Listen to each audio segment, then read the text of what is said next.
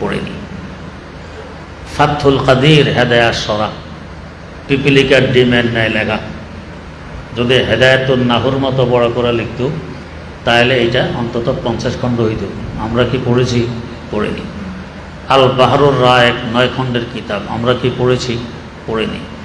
তাবিয়ুনুল হাকায়েক 6 খণ্ডের কিতাব, আমরা কি পড়েছি? পড়িনি। আল বেনায়া ইমাম বদরুদ্দিন আইনি রহমতুল্লাহ আলাইহি লিখিত হেদায়ার সরা 12 খণ্ডের কিতাব, আমরা কি পড়েছি? পড়িনি। ফতাওয়ায়ে শামি 12 খণ্ডের কিতাব, আমরা কি পড়েছি? পড়িনি। বাদায়েউস সানায়ে 11 খণ্ডের কিতাব, আমরা কি পড়েছি? পড়িনি। তাহলে ফেকা অত পড়ি নেই, ফেকার এলেম আসলে কই থেকে? আসে নেই। আসেন ফতুয়ার দিকে। ফতুয়ার কিতাব আমরা কয়টা পড়েছি? ফতাওয়ায়ে আলমগীরি 12 খণ্ডের কিতাব, আমরা কি পড়েছি? পড়িনি। ফতাওয়ায়ে তাকার খানিয়া 25 খণ্ডের কিতাব, আমরা কি পড়েছি? পড়িনি। ফতাওয়ায়ে বোরহানি 20 খণ্ডের কিতাব, আমরা কি পড়েছি? পড়িনি। ফতাওয়ায়ে কাজী খান পড়েছি? পড়িনি। ফতাওয়ায়ে বাজ্জাজিয়া পড়েছি?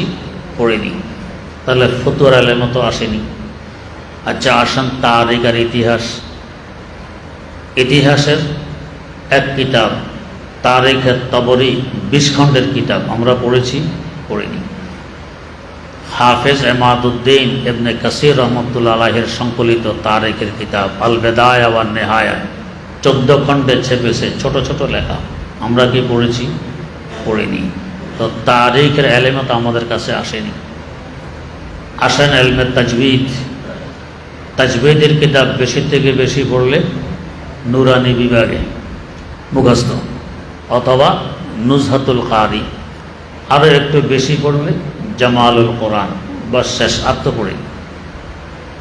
আমি যখন দারুল উলুম করাচিতে ছিলাম তখনকার সময়ে লাইব্রেরিতে কিতাবের সংখ্যা ছিল 1 লক্ষেরও বেশি।